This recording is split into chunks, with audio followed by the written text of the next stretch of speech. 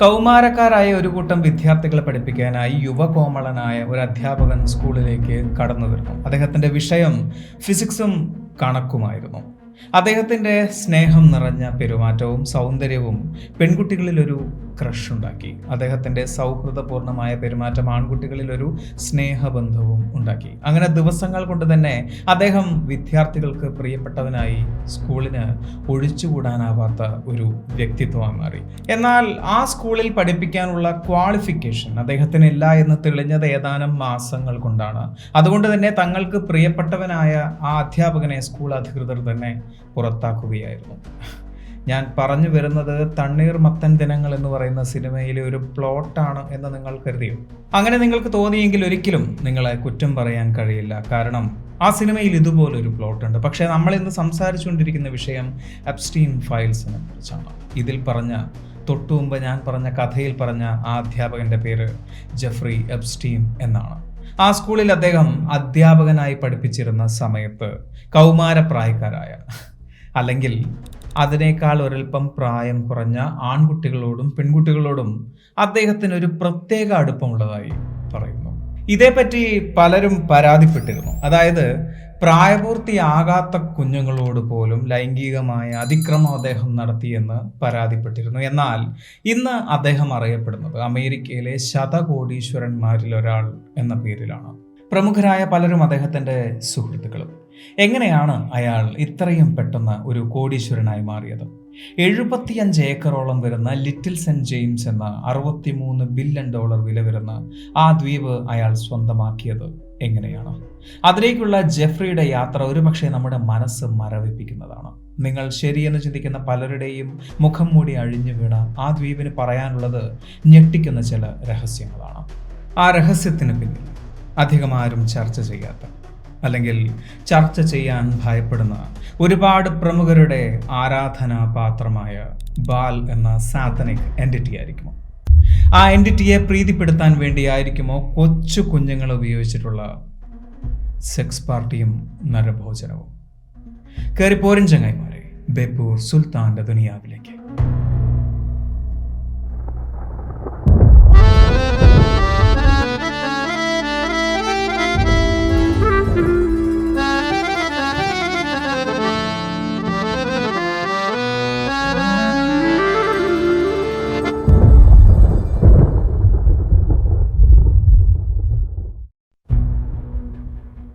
ആയിരക്കണക്കിന് എണ്ണപ്പനകൾ നിറഞ്ഞ 75 ഏക്കർ വലിപ്പമുള്ള $63 മില്യൺ വില വരുന്ന ആ ദ്വീപ് സ്ഥിതി ചെയ്യുന്നത് US അധീനതയിലുള്ള കരീബിയൻ ദ്വീപ് സമൂഹത്തിലാണ്. അതൊരു പ്രൈവറ്റ് ദ്വീപാണ്. അതിനുള്ളിലേക്ക് പുറത്തു നിന്ന് ആർക്കും പ്രവേശനമില്ല. 1953 ബ്രൂക്ലിനിലെ ഒരു സാധാരണ ജൂത കുടുംബത്തിലാണ് ജെഫ്രി ജനിക്കുന്നത്. തൻ്റെ 21ാമത്തെ വയസ്സിലാണ് മാൻഹാട്ടനിലെ ഡാൽട്ടൺ സ്കൂളിൽ അദ്ദേഹം ഒരു അധ്യാപകനായി ജോലിക്ക് ചെന്നെത്തുന്നത്. അദ്ദേഹത്തിൻ്റെ സൗന്ദര്യവും പേഴ്സണാലിറ്റിയും പെരുമാറ്റവും മറ്റുള്ളവരിലും കുഞ്ഞുങ്ങളിലും ഒരു ആരാധനയുണ്ടാക്കി. 2 വർഷത്തെ അധ്യാപക ജീവിതത്തിനൊടുവിൽ ജോലി നഷ്ടപ്പെട്ട ജെഫ്രി 5 വർഷങ്ങൾ കൊണ്ട് കെട്ടിപ്പടുത്തത് ഇന്റർകോണ്ടിനെന്റൽ അസറ്റ്സ് ഗ്രൂപ്പ് ഇൻകോർപ്പറേറ്റഡ് എന്ന കമ്പനിയാണ്. തട്ടിപ്പിൽ നഷ്ടപ്പെട്ടു പോയ പണം തിരിച്ചു പിടിക്കാൻ ഇടനിലക്കാരായി നിന്നിരുന്ന ആ കമ്പനിയിൽ നിന്നും അയാൾ ഉണ്ടാക്കിയെടുത്തത് കോടികൾ മാത്രമായിരുന്നില്ല, പ്രമുഖരായ പലരുടെയും സൗഹൃദങ്ങളുമായിരുന്നു. പ്രായപൂർത്തിയാവാത്ത ഒരു പെൺകുട്ടിയെ ഉപദ്രവിച്ചു എന്ന പേരിൽ ജെഫ്രിക്കെതിരെ ആദ്യമായി ലഭിക്കുന്ന പരാതി 1996 അത് വലിയ വാർത്തയായിരുന്നില്ല. പിന്നീട് 10 വർഷങ്ങൾക്കിപ്പുറം 2005 1990 ഏതാണ്ട് $3 മില്യൺ ചെലവാക്കി അദ്ദേഹം വാങ്ങിയ അദ്ദേഹത്തിൻ്റെ പ്രൈമറി ഹോം എന്നറിയപ്പെടുന്ന പാം ബീച്ച് ഹൗസിൽ വെച്ച് പ്രായപൂർത്തിയാവാത്ത ഒരു കുഞ്ഞിനെ ഉപദ്രവിച്ചു എന്നതിൻ്റെ പേരിൽ ഒരു പരാതി ലഭിച്ചിരുന്നു. ആ പരാതി നൽകിയിരുന്നത് ആ കുഞ്ഞിൻ്റെ രണ്ടാനമ്മ തന്നെയായിരുന്നു. ആ കേസ് ഏതാണ്ട് 1 വർഷത്തിൽ കൂടുതൽ നീണ്ടു നിന്നിരുന്നു. ആ കാലയളവിൽ ജെഫ്രിക്കെതിരെ ഒരുപാട് പരാതികളും വന്നിരുന്നു. 2006 palm beach police affidavit submit ചെയ്യുമ്പോൾ അതിലുണ്ടായിരുന്നത് 5 പ്രായപൂർത്തിയാവാത്ത കുട്ടികളെ ജെഫ്രി ഉപദ്രവിക്കാൻ ശ്രമിച്ചുവെന്നും അതിന് 17ഓളം സാക്ഷികളും ഉണ്ടായിരുന്നു. ആ കേസിൽ ജെഫ്രി അകപ്പെട്ടു പോവുകയായിരുന്നു. എന്തായിരിക്കും ഇതിനായി അയാൾക്ക് ലഭിച്ച ശിക്ഷ? ആ ശിക്ഷ വെറും 18 മാസത്തെ തടവായിരുന്നു. 18 മാസത്തിന് ശേഷം അയാൾ പുറത്തിറങ്ങുകയും ചെയ്തു. പലരും വിശ്വസിക്കുന്നത് അയാളുടെ പിടിപാടുകൾ കാരണമാണ് അയാൾ 18 മാസം കൊണ്ട് പുറത്തിറങ്ങിയത് എന്നാണ്. അതൊരു തുടക്കമായിരുന്നു. അതിനുശേഷം സമാനമായ പല കേസുകളിലും അയാൾ പ്രതിയാണ് എന്നുള്ള രീതിയിൽ പരാതികൾ വന്നിരുന്നു. പക്ഷേ നിയമവും നിയമപാലകരും കണ്ണടയ്ക്കുകയായിരുന്നു. കാലങ്ങൾക്കിപ്പുറം 2019 ജെഫ്രി അറസ്റ്റ് ചെയ്യപ്പെടുകയായിരുന്നു. അന്ന് അയാൾ ചെയ്ത തെറ്റ് ചൈൽഡ് ട്രാഫിക്കിംഗ് ആയിരുന്നു. എന്നാൽ ആ തടവ് കാലയളവിൽ അയാൾ ആത്മഹത്യ ചെയ്യപ്പെട്ടു എന്ന് പറയപ്പെടുന്നു. അതൊരു ആത്മഹത്യയായിരുന്നോ, അതോ ആരുടെയെങ്കിലും പേര് പുറത്തു വരാതിരിക്കാൻ ആരോ മനഃപൂർവ്വം ചെയ്ത കൊലപാതകമാണോ എന്ന് ഇന്നും ചർച്ച ചെയ്യപ്പെടുന്നു. ഇതെല്ലാം സംഭവിക്കുമെന്ന് മുൻകൂട്ടി അറിഞ്ഞു എന്നതുപോലെ അദ്ദേഹത്തിന്റെ മരണത്തിനും 3 വർഷത്തിനിപ്പുറം ചില രേഖകൾ പുറത്തു വന്നിരിക്കുകയാണ്. ആ രേഖകളെയാണ് എപ്സ്റ്റീൻ ഫയൽസ് എന്ന പേരിൽ അറിയപ്പെടുന്നത്. ഈ എപ്സ്റ്റീൻ ഫയൽസ് വിരൽ ചൂടുന്നത് പ്രമുഖരായ ചിലരുടെ നേരെയാണ്. ഈ കുഞ്ഞുങ്ങളെ ഉപദ്രവിച്ചവരാണോ അവർ, അതോ ചില റിച്വൽസിന്റെ പേരിൽ കുഞ്ഞുങ്ങളെ ഉപദ്രവിക്കാൻ കൂട്ടുനിന്നവരാണോ അവർ, അതോ യൗവനത്തിനു വേണ്ടി കുഞ്ഞുങ്ങളുടെ ചോരയൂറ്റി കുടിച്ച് വാമ്പയേഴ്സ്? എപ്സ്റ്റീൻ ഫയൽസിൽ അകപ്പെട്ടു അല്ലെങ്കിൽ അകപ്പെടാൻ പോകുന്നു എന്ന് പറഞ്ഞ ആളുകളുടെ ഒരു ലിസ്റ്റുണ്ട്. അതൊരു വലിയ ലിസ്റ്റാണ്. അതിൽ പലരും ചിലപ്പോൾ നിങ്ങൾക്ക് അറിയാവുന്നവരായിരിക്കാം, ചിലപ്പോൾ നിങ്ങൾ കേട്ടിട്ടുള്ളവരായിരിക്കാം, അതല്ലെങ്കിൽ ചിലപ്പോൾ നിങ്ങൾ ആരാധിക്കുന്നവരായിരിക്കാം. പലരും പല പേരുകളാണ് പറയുന്നത്. എൻ്റെ റിസർച്ചിൽ കിട്ടിയ ചിലരുടെ പേര് ഞാൻ പറയാം. അമേരിക്കയുടെ മുൻ പ്രസിഡന്റുമാരായിരുന്ന Donald Trump, Bill Clinton, US secretary ആയിരുന്ന ഹിലറി ക്ലിന്റൺ, ബ്രിട്ടീഷ് റോയലായിരുന്ന prince Andrew, Sarah Ferguson, business മാഗ്നറ്റുകളായ എലൺ മസ്ക്, റിച്ചാർഡ് ബ്രാൻസൺ, ഗൂഗിളിന്റെ കോ ഫൗണ്ടറായ സെർഗെ ബ്രിൻ, മൈക്രോസോഫ്റ്റിന്റെ ഫൗണ്ടറായ ബിൽ ഗേറ്റ്സ്, പോപ്പ് മ്യൂസിക് ഐക്കണായിരുന്ന മൈക്കിൾ ജാക്സൺ, ആക്ടറായ ലിയനാർഡോ ഡികാപ്രിയോ, ബ്രൂസ് വിൽസ്, ആക്ട്രസായ കാമറോൺ ഡയസ്, തിയറിറ്റിക്കൽ ഫിസിസിസ്റ്റ് ആയിരുന്ന സ്റ്റീഫൻ ഹോക്കിംഗ്, മജീഷ്യനായ ഡേവിഡ് കോപ്പർഫീൽഡ്. ഇങ്ങനെ പല പ്രമുഖരുടെ പേരുകളും എപ്സ്റ്റീൻ ഫയൽസുമായി ബന്ധപ്പെട്ട് കിടക്കുന്നുണ്ട്. പക്ഷേ മനസ്സിലാക്കേണ്ട ഒരു കാര്യം, ഇങ്ങനെ പേര് വന്നു എന്നതിൻ്റെ അർത്ഥം ഇവരെല്ലാം പ്രായപൂർത്തിയാകാത്ത കുട്ടികളെ ലൈംഗികമായി ഉപയോഗിച്ചു എന്നല്ല. അതൊക്കെ ആരൊക്കെയോ ചുമ്മാ തട്ടിവിടുന്ന കാര്യങ്ങൾ മാത്രമാണ്. ഈ പറഞ്ഞവരിൽ പലരും എപ്സ്റ്റീനുമായി നേരിട്ട് ബന്ധം പോലും ഇല്ലാത്തവരാണ്. എപ്സ്റ്റീൻ്റെ പല മെയിലുകളിലും ഇത്തരത്തിൽ പല പേരുകളും മെൻഷൻ ചെയ്തിരുന്നു എന്നല്ലാതെ അവർക്ക് എപ്സ്റ്റീനുമായി നേരിട്ട് ബന്ധമുണ്ട് എന്ന തെളിവുകളൊന്നും തന്നെ കണ്ടെത്തിയിട്ടില്ല. നേരത്തെ പറഞ്ഞ ലിറ്റിൽ സെന്റ് ജെയിംസ് എന്ന് പറയുന്ന ദ്വീപിലാണ് ഈ പറഞ്ഞ കുറ്റകൃത്യങ്ങളെല്ലാം നടക്കുന്നത് എന്നും അവിടെ പ്രായപൂർത്തിയാകാത്ത കുഞ്ഞുങ്ങളെ പാർപ്പിച്ചിരിക്കുകയാണ് എന്നും പറയപ്പെടുന്നു. എന്തിനാണ് ഈ പ്രായപൂർത്തിയാവാത്ത കുഞ്ഞുങ്ങളെ അവിടെ കൊണ്ടുപോയി പാർപ്പിച്ചിരിക്കുന്നത്? അവരെ ലൈംഗികമായി ഉപയോഗിക്കാൻ വേണ്ടി മാത്രമാണോ, അതോ അവരുടെ രക്തത്തിൽ നിന്നും അഡ്രിനോക്രോം എടുത്ത് യൗവനം നിലനിർത്താൻ വേണ്ടിയാണോ, അതോ ചിലർ പറയുന്നത് പോലെ ബാൽ എന്ന സാത്തനിക് എൻറ്റിറ്റിയുടെ പ്രീതിക്ക് വേണ്ടി അവിടെ നടത്തുന്ന ചില റിച്വൽസിന്റെ ഭാഗമായാണോ ഈ കുഞ്ഞുങ്ങളെ അവിടെ കൊണ്ടുപോയി പാർപ്പിച്ചിരിക്കുന്നത്? 1998 ജെഫ്രി ഈ ഒരു ഐലൻഡ് വാങ്ങുന്നത്. അദ്ദേഹത്തിന്റെ സ്വത്തുക്കളിൽ അദ്ദേഹത്തിന് ഏറ്റവും പ്രിയപ്പെട്ടതും ഈ ഒരു ഐലൻഡാണ് എന്നും പറയപ്പെടുന്നു. അതിനുള്ള കാരണം 1998 അദ്ദേഹം ഈ ഒരു ഐലൻഡ് വാങ്ങിയതിനു ശേഷം അവിടെ സൃഷ്ടിച്ചെടുത്ത ഒരു കെട്ടിടമാണ്.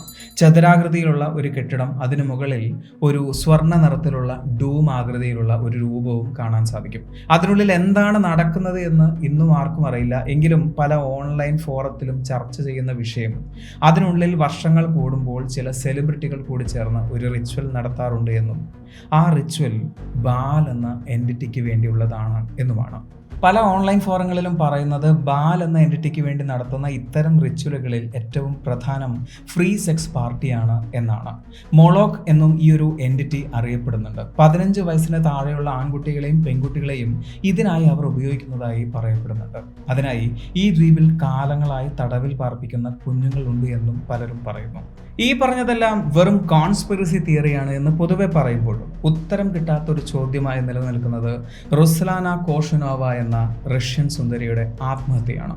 റുസ്ലാന ജെഫ്രിയുടെ ഒരു റഷ്യൻ ഗേൾ ഫ്രണ്ട് ആയിരുന്നു.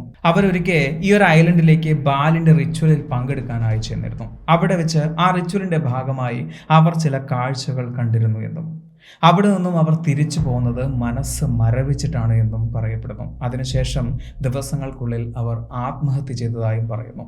എന്തായിരിക്കാം റുസ്ലാന ആ ഒരു റിച്വലിൽ കണ്ടത്? എന്ത് കാഴ്ചയായിരിക്കാം അവരുടെ മനസ്സ് മരവിപ്പിച്ചത്? ഇപ്പോൾ എപ്സ്റ്റീൻ ഫയൽസിന്റെ 2ാം ഘട്ടം പുറത്തിറങ്ങിയപ്പോഴാണ് ഈ ചർച്ച വീണ്ടും കൊഴുക്കുന്നത്.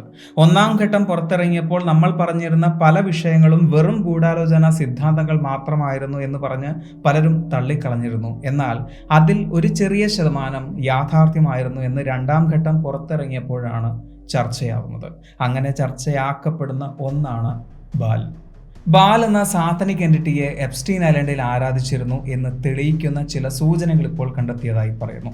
ബാൽ എന്ന ഡീമോണിക് എൻറ്റിറ്റിയുടെ പേരിൽ ജെഫ്രി എപ്സ്റ്റീന് ഒരു ബാങ്ക് അക്കൗണ്ട് പോലും ഉണ്ടായിരുന്നതായും അതിലേക്ക് പല പ്രമുഖരും ലക്ഷക്കണക്കിന് ഡോളറുകൾ അയച്ചിരുന്നതായും പറയപ്പെടുന്നു. തുടക്കത്തിലേ പറഞ്ഞിരുന്നല്ലോ, ജെഫ്രി എപ്സ്റ്റീൻ ഒരു സാധാരണ ജൂത കുടുംബത്തിൽ ജനിച്ചു വളർന്ന ഒരാളാണ്. പുരാതന ഇസ്രായേലിൽ ഇത്തരത്തിലുള്ള പല ഡീമോണിക് എൻറ്റിറ്റികളെയും ആരാധിച്ചിരുന്നതായി പറയുന്നുണ്ട്. അങ്ങനെ ഒരു എൻറ്റിറ്റിയാണ് ബാൽ അഥവാ മൊളോക്ക്. ഇതിനെ ആരാധിക്കുന്ന ഒരു രീതി എന്ന് പറയുന്നത് ഇതിൻ്റെ മുമ്പിൽ വെച്ച് പ്രായപൂർത്തിയാവാത്ത കുഞ്ഞുങ്ങളെ ലൈംഗികമായി ഉപയോഗിക്കുകയും ആ കുഞ്ഞുങ്ങളെ അതിനുശേഷം അഗ്നിക്കിരയാക്കുകയും ചെയ്തിരുന്നു. അങ്ങനെ കത്തിക്കരിഞ്ഞ കുഞ്ഞുങ്ങളുടെ അവശിഷ്ടങ്ങൾ പലരും കണ്ടെത്തിയതായും പറയപ്പെടുന്നുണ്ട്. ഈ രീതിയിൽ ആരാധിക്കുന്നവർക്ക് ലഭിക്കാൻ പോകുന്നത് അവിശ്വസനീയമായ ഉയർച്ചയാണ് എന്നും അന്നുള്ളവർ വിശ്വസിച്ചു പോന്നിരുന്നു. ഇതെല്ലാം വെറും അന്ധവിശ്വാസമാണ് എന്ന് ചിലപ്പോൾ നിങ്ങൾക്കിപ്പോൾ തോന്നുന്നുണ്ടാവും. അതൊരു സത്യം തന്നെയാണ്. ഇത് അന്ധവിശ്വാസം തന്നെയാണ്. പക്ഷേ ഈ അന്ധവിശ്വാസത്തിനെയും തീവ്രമായി വിശ്വസിക്കുന്ന ഒരു വലിയ സമൂഹം നമ്മുടെ കൂടെയുണ്ട് എന്നതിന് കൃത്യമായ തെളിവുകളുണ്ട്. അതുപോലെ മറ്റൊന്നാണ് അഡെനോക്രോം. അഡെനോക്രോമിനെ കുറിച്ച് നമ്മൾ കൃത്യമായൊരു വീഡിയോ ഏതാനും വർഷങ്ങൾക്ക് മുമ്പ് ചെയ്തിട്ടുണ്ട്. ബേപ്പു സുൽത്താൻ അഡെനോക്രോം എന്നും സെർച്ച് ചെയ്താൽ ഗൂഗിളിൽ നിങ്ങൾക്ക് ആ വീഡിയോ കാണാൻ സാധിക്കും. അഡെനോക്രോം എന്ന് പറയുന്നത്, അതായത് പ്രായപൂർത്തിയാവാത്ത കുഞ്ഞുങ്ങളെ ഭയപ്പെടുത്തിയും ഉപദ്രവിച്ചും അവരുടെ അഡ്രിനാലിൻ റഷ് ഉണ്ടാക്കി അതുവഴി അവരുടെ രക്തം ഊറ്റിയെടുത്ത് ആ രക്തത്തിൽ നിന്നും അഡ്രിനോക്രോം ഉണ്ടാക്കി ആ അഡ്രിനോക്രോം ഉപയോഗിച്ച് അവരുടെ യൗവനം നിലനിർത്താൻ സാധിക്കുമെന്ന് വിശ്വസിക്കുന്ന ഒരു പറ്റം അന്ധവിശ്വാസികൾ. ജെഫ്രിയോടൊപ്പം എപ്സ്റ്റീൻ ഐലൻഡിലേക്ക് കടന്നു വന്ന പല പ്രമുഖരും അതിനുകൂടി വേണ്ടിയാണ് വന്നത് എന്നോർക്കുമ്പോൾ നിങ്ങൾക്കുമില്ലേ ഒരു തരിപ്പ്? എപ്സ്റ്റീൻ ഫയൽസിന്റെ 2ാം ഘട്ടം പുറത്തു വന്നപ്പോൾ, പ്രത്യേകിച്ചും എയുടെ അതിപ്രസരം കാരണം പുറത്തു വന്ന പല ചിത്രങ്ങളിലും ലിസ്റ്റുകളിലും കാണാവുന്ന ഒരു പ്രമുഖന്റെ പേര് നരേന്ദ്രമോദി എന്നാണ്. എന്നാൽ പലരും വിശദീകരിക്കുന്ന ഒരു കാര്യം, എപ്സ്റ്റീൻ ഫയൽസിൽ നേരിട്ട് നരേന്ദ്രമോദിയുടെ പേര് എവിടെയും പരാമർശിച്ചിട്ടില്ല എന്നാണ്. ജെഫ്രി എപ്സ്റ്റീനുമായി അദ്ദേഹത്തിന് നേരിട്ടൊരു ബന്ധവുമില്ല എന്നാണ് ഇതുവരെയുള്ള തെളിവുകൾ വിശദീകരിക്കുന്നത്. മേൽപ്പറഞ്ഞ ലിസ്റ്റിൽപ്പെട്ടവരുടെ പേരുകളെല്ലാം എപ്സ്റ്റീൻ ഫയൽസിന്റെ ഇമെയിലുകളിൽ പരാമർശിക്കപ്പെട്ടിട്ടുണ്ട് എങ്കിലും ജെഫ്രി എപ്സ്റ്റീനുമായോ ഐലൻഡുമായോ ഇവർക്ക് നേരിട്ട് ബന്ധമുണ്ട് എന്ന് കണ്ടെത്താൻ കഴിഞ്ഞിട്ടില്ല. എന്നാൽ Prince Andrew, Stephen Hawking, bill Clinton എന്നിവർ ചില ലൈംഗിക വൈകൃതങ്ങളുമായി ബന്ധപ്പെട്ടിട്ടുള്ള പേരുകളാണ്. ഡോക്ടർ 36, ഒരുപക്ഷെ അങ്ങനെ പറഞ്ഞാൽ ചിലപ്പോൾ നിങ്ങൾക്ക് മനസ്സിലാവില്ല. ബിൽ ക്ലിന്റനെ എപ്സ്റ്റീൻ ഫയൽസിൽ മെൻഷൻ ചെയ്യുന്ന പേര് അങ്ങനെയാണ്. എപ്സ്റ്റീൻ ഫയൽസിൽ 50-ൽ കൂടുതൽ തവണയാണ് ഈ ഒരു പേര് മെൻഷൻ ചെയ്തിട്ടുള്ളത്. മോണിക്ക ലെവിൻസ്കിയുമായുള്ള വിഷയം നമുക്കെല്ലാവർക്കും അറിയാവുന്ന കാര്യമാണ്. 13 വയസ്സിന് താഴെയുള്ള പെൺകുട്ടികളാണത്രേ ബിൽ ക്ലിന്റന് പ്രിയം. അത് സാക്ഷിമൊഴികളാണ്. Prince Andrew little Saint James ഐലൻഡിലേക്ക് പലതവണ വന്നിരുന്നതിനും പ്രായപൂർത്തിയാവാത്ത കുഞ്ഞുങ്ങളെ ലൈംഗികമായി പീഡിപ്പിച്ചിരുന്നതിനും തെളിവുകളുള്ളതായി പറയുന്നു. സ്റ്റീഫൻ ഹോക്കിംഗ് 2006-ൽ ഒരു സ്റ്റഡി ടൂറിന്റെ ഭാഗമായി എപ്സ്റ്റീൻ ദ്വീപിലേക്ക് പോയിരുന്നു എന്നും അവിടെ വെച്ച് പ്രായപൂർത്തിയാവാത്ത ഒരു പെൺകുട്ടിയെ ലൈംഗിക വീഴ്ചയ്ക്കായി തിരഞ്ഞെടുക്കുകയും ചെയ്തതായും പറയുന്നു. ഈ കേസിൽ ഹോക്കിങ്ങിന്റെ പേര് മായ്ച്ചു കളയാനിടയ്ക്ക് എപ്സ്റ്റീൻ പണം നൽകാൻ ശ്രമിച്ചതിനും തെളിവുകളുണ്ട്. ഒന്ന് എഴുന്നേറ്റ് നടക്കാൻ പോലും സാധിക്കാത്ത, അല്ലെങ്കിൽ ഒരു ചെറുവിരൽ പോലും അനക്കാൻ കഴിയാത്ത സ്റ്റീഫൻ ഹോക്കിങ്ങിനെ കുറിച്ചാവും ചിലപ്പോൾ നിങ്ങളിപ്പോൾ ചിന്തിക്കുന്നുണ്ടാവുക. സാഡ്ലി കോടതി സമക്ഷം അതിനും തെളിവുകളുണ്ട്. ജെഫ്രി എപ്സ്റ്റീനുമായുള്ള സൗഹൃദത്തിൻ്റെ പേരിൽ വലിച്ചഴക്കപ്പെടുന്ന പേരുകളിൽ ചില പേരുകളാണ് Donald Trump, Leonardo DiCaprio, Cameron Diaz എന്നീ പേരുകൾ.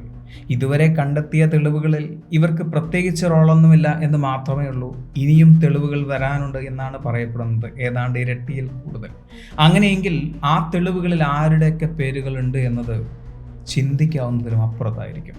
നടന്നുകൊണ്ടിരിക്കുന്ന വിഷയമായതുകൊണ്ടും ഘട്ടം ഘട്ടമായി മാത്രം പുറത്ത് വന്നുകൊണ്ടിരിക്കുന്ന ഒരു വിഷയമായതുകൊണ്ടും അതിനെക്കുറിച്ച് വ്യക്തമായൊരു കാര്യം നമുക്ക് പറയാൻ സാധിക്കില്ല. പക്ഷെ പറയാൻ സാധിക്കുന്ന ഒന്ന്, ഈ പറഞ്ഞവയിൽ ഒരു വലിയ ശതമാനവും വെറും ഗൂഢാലോചന സിദ്ധാന്തങ്ങൾ മാത്രമാണ്. പ്രത്യേകിച്ചും ബാൽ എന്ന എൻറ്റിറ്റിയുടെ പേരിലുള്ള അക്കൗണ്ട്, അത് ചിലപ്പോൾ ഒരു ടൈപ്പോ ഇറർ ആവാനുള്ള സാധ്യതയുണ്ട് എന്നും വിശദീകരിക്കപ്പെടുന്നു.